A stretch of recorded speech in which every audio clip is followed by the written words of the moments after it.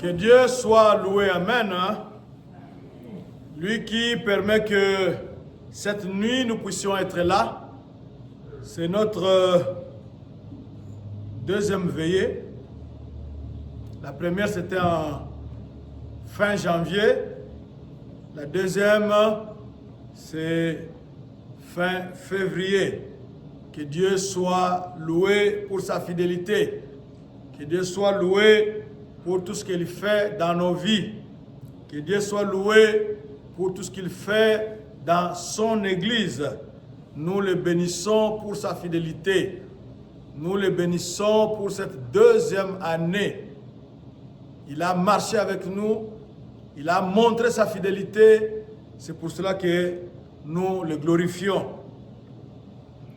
Puisqu'il s'agit de son Église, nous devons marcher avec la parole de Dieu.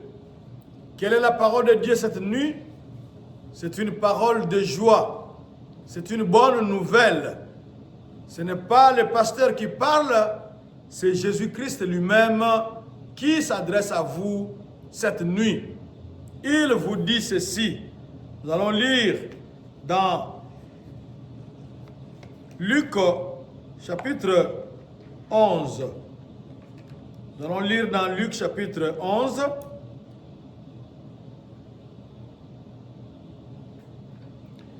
Nous lisons dans Luc chapitre 11.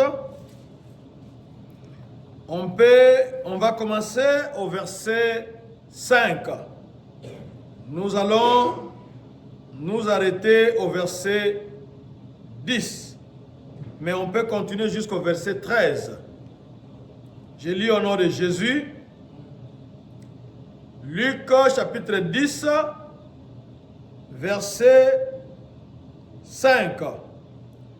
Il leur dit encore, si l'un de vous a un ami et qu'il aille le trouver au milieu de la nuit pour lui dire, ami, prête-moi 3 pains, car un de mes amis est arrivé de voyage chez moi et je n'ai rien à lui offrir. Et si, de l'intérieur de sa maison, cet ami lui répond, ne m'importune pas, la porte est déjà fermée, mes enfants et moi, nous sommes au lit, je ne puis me lever pour te donner des pains. Je vous le dis, ça c'est Jésus-Christ qui dit cela, quand même, il ne se leverait pas pour les lui donner parce que c'est son ami, il se leverait à cause de son importunité et lui donnerait tout ce dont il a besoin. Et moi, je vous dis, demandez et l'on vous donnera. Cherchez et vous trouverez. Frappez et l'on vous ouvrira. Car quiconque demande reçoit, celui qui cherche trouve, et l'on ouvre la porte à celui qui frappe. Nous allons nous arrêter là, mais on peut continuer jusqu'à 13. Notre thème de cette nuit, c'est « Car quiconque demande, reçoit. » Car quiconque demande, reçoit. Quiconque, c'est-à-dire n'importe qui. C'est lui qui demande. Tel que cette nuit, vous êtes là, vous êtes parmi ces demandeurs-là. Ce n'est pas moi qui l'affirme, mais c'est Jésus-Christ qui vous dit, quiconque demande reçoit. C'est quiconque là, c'est vous. Parce que vous êtes venus, vous avez laissé vos maisons, vous avez laissé vos lits, mais vous êtes venus ici pour demander le Seigneur, pour chercher la face du Seigneur. Alors, Jésus-Christ qui parle ici vous dit, quiconque reçoit, quiconque demande, reçoit. Donc, comme vous allez demander, vous allez recevoir. De quoi s'agit-il ici dans ce texte? Jésus-Christ, Luc nous le présente Et la Bible aussi nous le présente, les évangiles nous le présentent comme étant un homme de prière. Il priait beaucoup. Donc, tel que vous êtes là ce soir, vous n'avez rien inventé parce que vous êtes des disciples de Jésus-Christ. Vous suivez les traces de votre maître. Votre maître, notre maître, était un homme de prière. Luc le présente comme un homme de prière. Alors, un jour, il priait quelque part. Les disciples ont remarqué que quand Jésus passait beaucoup de temps dans la prière. Peut-être qu'eux allaient dormir, ils pouvaient aller seuls, comme ils pouvaient aller avec 3 de ses disciples. Et ils étaient déjà à la montagne de la transfiguration. Ils voyaient comment Jésus-Christ faisait. Il sort de la prière, il délivre les gens qui étaient possédés d'esprits mauvais, il chassait les démons, il guérissait les malades, il faisait des miracles. Alors, les disciples se sont dit, certainement, son secret doit être la prière. Alors, au lieu de s'approcher de Jésus-Christ pour lui dire, Seigneur, nous voyons que toi tu prêches aux foules. Nous voulons que toi tu fasses ceci, cela. Nous aussi, nous voulons faire des miracles. Nous voulons prêcher aux foules. Ils ont bien compris que la clé de tout, c'est la prière. Il faut connaître le secret de la prière. Parce qu'ils ont vite compris que le secret de ce jeune homme, c'était la prière. Alors lui aussi, comme lui est notre maître, nous allons lui demander de nous apprendre à prier. Comme ça, nous aussi, on fera des miracles. Nous aussi, on fera de grandes choses. Nous aussi, on va ébranler les cieux et la terre.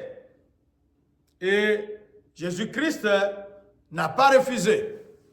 Il leur a demandé, il leur a montré comment il faut prier. Alors, comme c'est un enseignant, il enseigne des choses de cieux que nous n'avons jamais vues, que nous ne pouvons pas comprendre.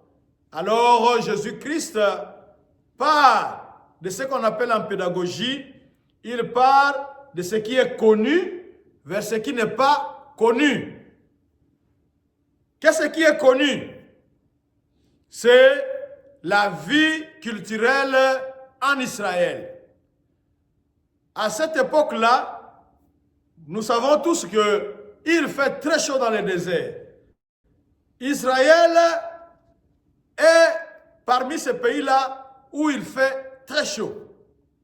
Israël a ce qu'on appelle le climat désertique. C'est-à-dire, la journée, il fait très chaud. Et la nuit, il fait très froid. Ou il fait frais. Alors, qu'est-ce que les gens ont fait? Les gens ont compris que voyager pendant la journée, ce n'est pas bien à cause de la chaleur. Les gens ont commencé à voyager pendant la nuit. La nuit telle que maintenant, telle que vous êtes là, et ils sont en voyage.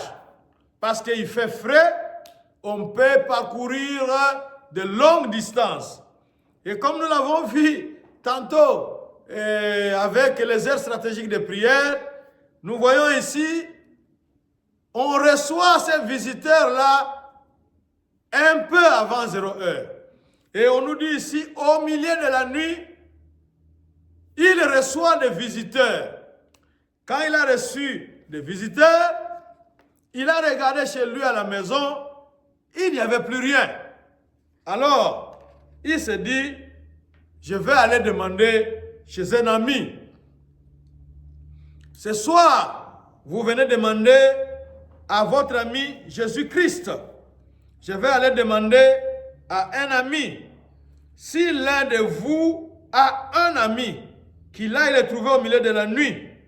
Donc, il reçoit des gens chez lui et il se lève, il les installe, bon, avec les secousses de chameaux, avec les secousses de chevaux, avec peut-être la marche à pied, ça crée l'appétit. Les visiteurs sont arrivés, ils sont affamés et le droit de l'hospitalité veut qu'on puisse les nourrir. Alors, il se dit, je vais aller chez mon ami. Ce soir, vous êtes venu chez votre ami. Vous êtes venu frapper chez votre ami. Vous êtes venu demander chez votre ami. Il va chez l'ami. Et nous connaissons, nous qui n'avons peut-être pas d'antivol devant la porte, nous qui n'avons pas d'alarme devant la porte, nous qui n'avons pas de système de sécurité devant la porte, nous savons comment on ferme les portes. En tout cas, on va entasser beaucoup d'objets devant la porte. On met la chaise, on met le couvercle de marmite, de telle sorte que quand quelqu'un bouge la porte, le couvercle va tomber, va faire un grand bruit, ça va réveiller. Même si vous étiez dans un profond sommeil, dès que vous avez entendu du bruit du côté de la porte, vous allez vous lever, vous allez vous réveiller parce que vous savez qu'il y a quelqu'un qui a bougé la porte. Et qui a bougé cette porte-là? Alors ici, la maison était déjà fermée. À cette époque-là, ils n'avaient pas le système de beaucoup de chambres comme dans nos maisons maintenant. On a les main rooms, on a la chambre des enfants, on a la chambre des visiteurs. Très souvent, on passait la nuit dans une salle commune, chacun dans son coin. On met les lits ici, on met d'autres lits là-bas, on met. Et vous savez, pour ceux qui sont des Congolais, le terme qu'on appelle Salomon. Il y a des gens qui dorment au salon, qu'on appelle des Salomon. Bon, imaginez-vous, vous devez quitter là où vous êtes pour sauter les gens qui sont endormis. Et ce n'est pas comme avec nous ici, il y a l'électricité, il suffit simplement de tourner le commutateur pour que la lumière s'allume. Peut-être qu'ils dormaient dans le noir, on ne sait pas. Alors, il faut se réveiller, allumer les lampes pour voir les gens, pour sauter, pour aller débarrasser le système de sécurité qui était à la porte et pouvoir ouvrir la porte. Mais nous avons ici quelque chose que Dieu nous montre. Cet homme-là qui a reçu des voyageurs, il n'est pas seul dans ce village-là. Il y avait d'autres personnes, mais il n'est pas allé à gauche, il n'est pas allé à droite, il s'est dit, mon ami est là, je vais. C'est tel que vous êtes venu ce matin, cette nuit. Vous êtes venu chez votre ami. Vous êtes venu parce que votre ami est ici. C'est comme ça que vous êtes venu. Alors lui aussi, il allait chez son ami. Il avait cette confiance-là. Parce que la Bible nous déclare que approchez-vous avec assurance devant le trône de grâce pour être secouru dans vos besoins. Donc, cet ami-là s'est approché avec assurance. C'était la nuit. Il savait que son ami dormait déjà. Mais, parce que c'est son ami, il s'est approché avec assurance. Il a frappé à la porte. Normalement, comme les gens dormaient, on ne devait pas répondre. Mais lui, on lui a répondu. Il a déjà dérangé son ami parce que c'était son ami. Il l'a dérangé.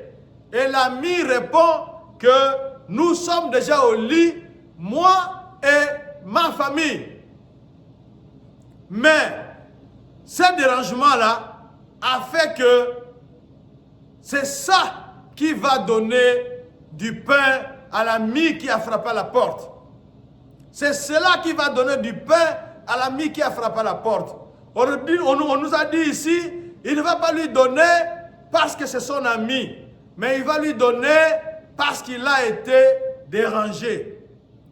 Cette nuit, nous ne venons pas déranger notre Dieu. Nous ne venons pas le déranger parce que nous sommes ses enfants. Cette nuit, nous sommes dans sa maison. Nous ne sommes pas dehors comme cet ami-là qui vient frapper, qui vient solliciter. Nous sommes déjà dedans. Nous sommes avec notre ami. Nous sommes avec notre Père. Nous sommes en famille. Notre Dieu notre Père, vers qui nous nous présentons en ce moment, il ne dort ni ne sommeille.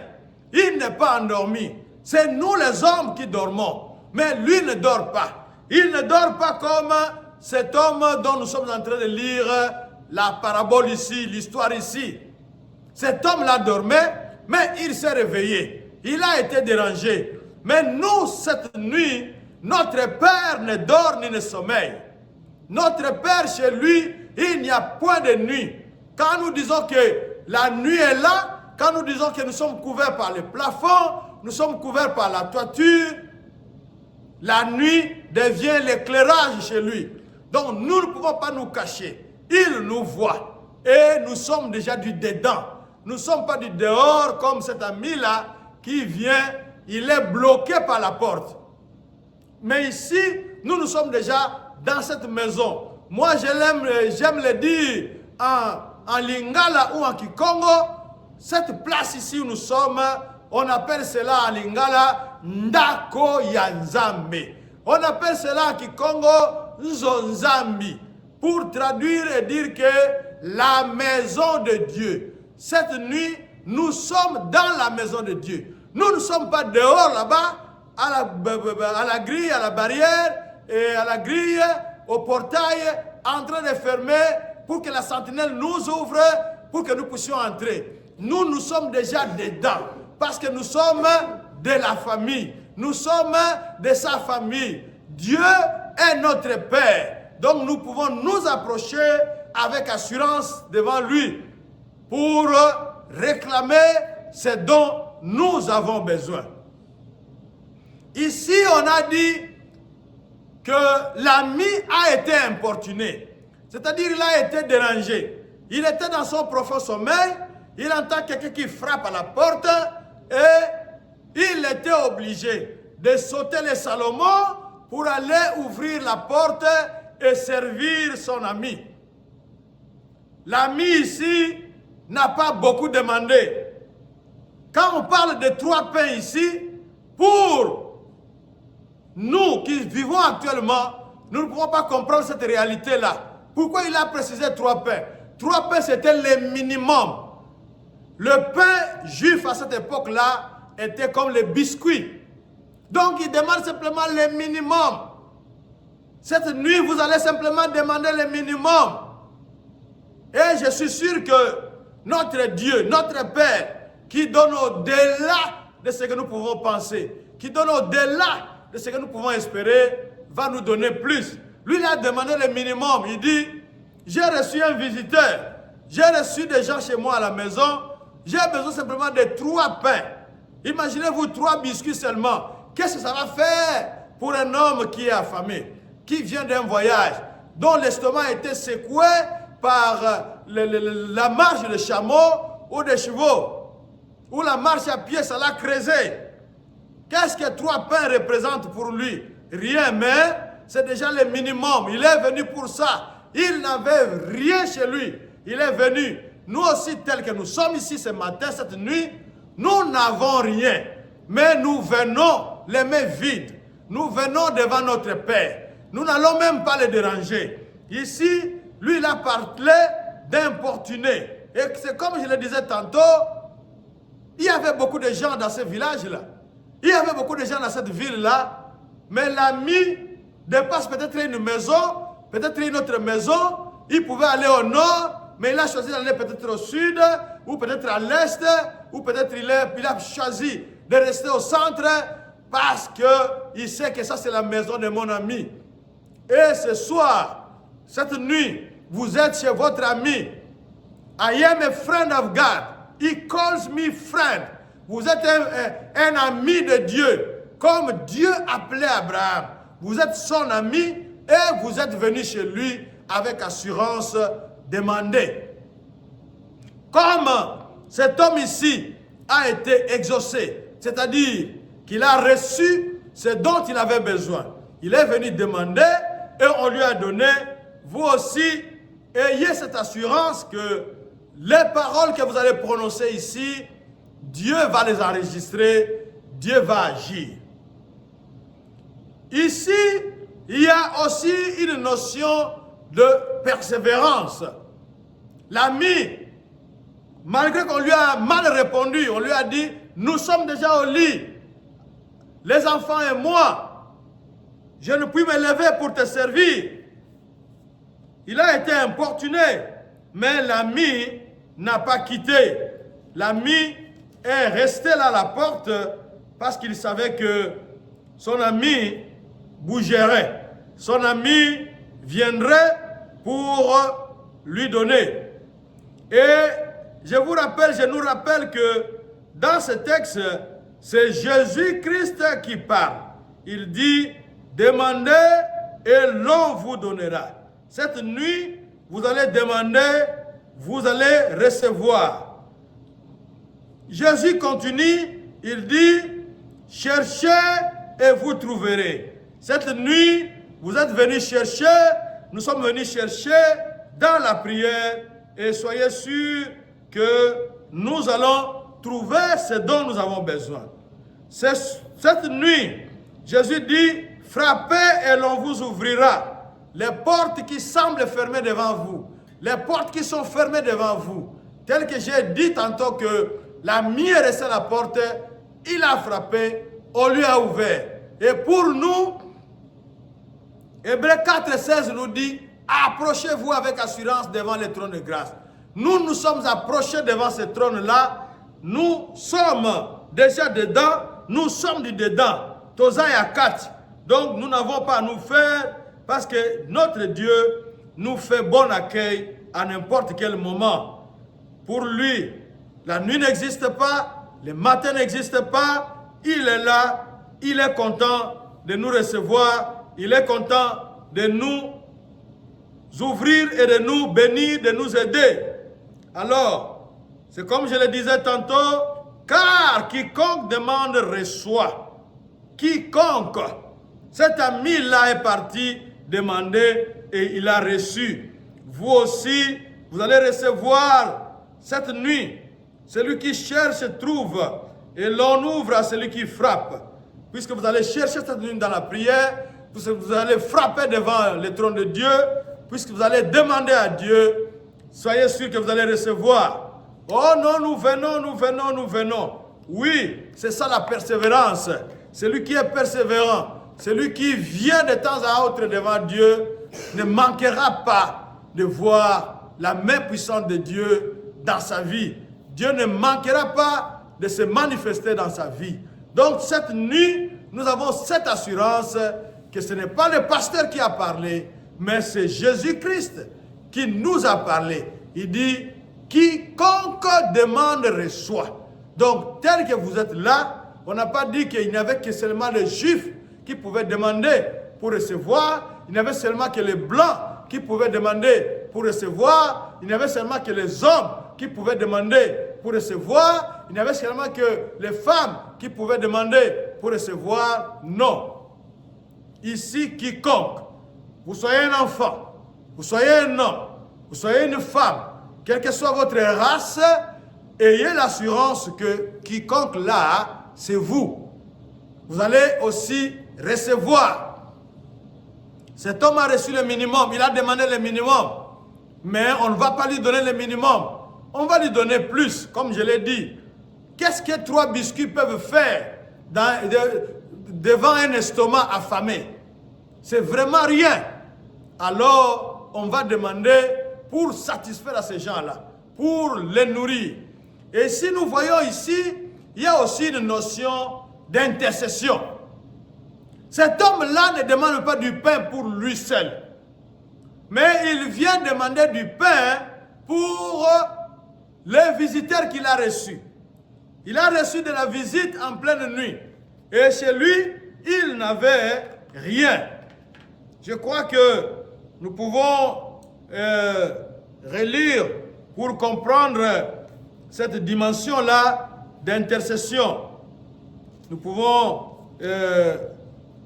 relire rapidement ces passages-là. Il nous dit, si l'un de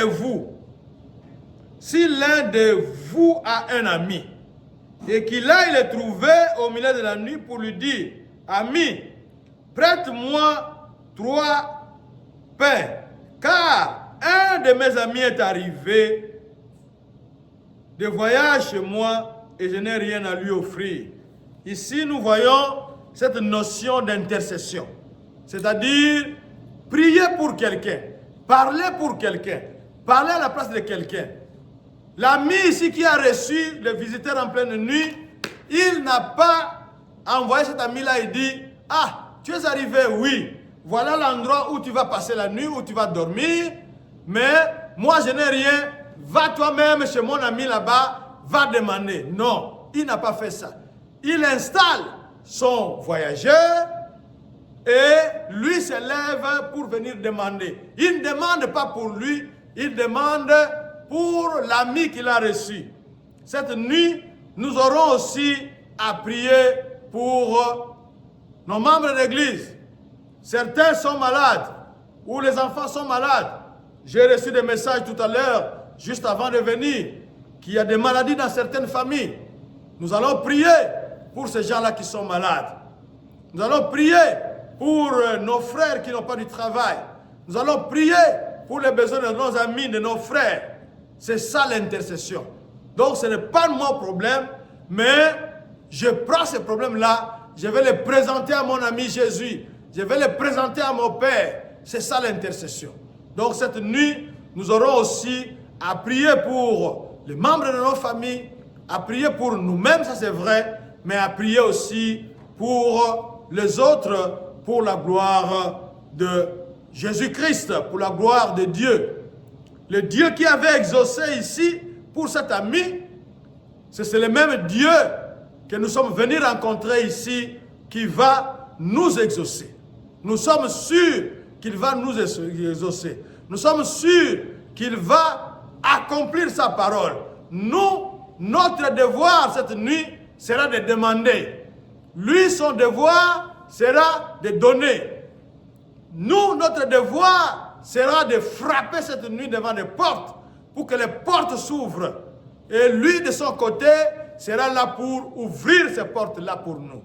Nous allons chercher cette nuit et le Saint-Esprit va nous aider à trouver ce que nous cherchons cette nuit. Que Dieu bénisse sa parole, que Dieu bénisse tout un chacun, que son esprit nous fortifie pour que nous puissions nous plonger dans la prière. Nous connaissons nos intentions. Nous connaissons que nous avons le 2e anniversaire de Doxadeo que nous allons fêter aujourd'hui. Quand le soleil va se lever, cette place sera remplie de cris de joie, de danse et de personnes. Nous avons des enfants qui sont malades, nous avons des personnes qui ont besoin de travail, nous avons différents problèmes que vous connaissez. Vous connaissez la situation de votre famille, vous connaissez la situation de ce pays, vous connaissez tout ce qui se passe, vous suivez les informations. Il y a une guerre qui vient de commencer en Iran. Nous allons prier pour cela, pour que Dieu étende sa main, pour que Dieu agisse. Que Dieu bénisse sa parole, que Dieu bénisse tout un chacun. Nous le glorifions parce qu'il est fidèle. Il a parlé et il est toujours derrière sa parole pour l'accomplir. Il dit, car quiconque demande, reçoit. Dieu dit, car quiconque demande, reçoit. Il est derrière sa parole. Quand vous allez demander, soyez sûr que vous allez recevoir. Que Dieu soit loué. Amen. Chacun va prendre sa position. Chacun va prendre un coin pour se jeter dans la prière, pour chercher, pour demander, pour frapper, pour que la gloire de Dieu puisse se manifester dans nos vies. Amen. Hein? Ok.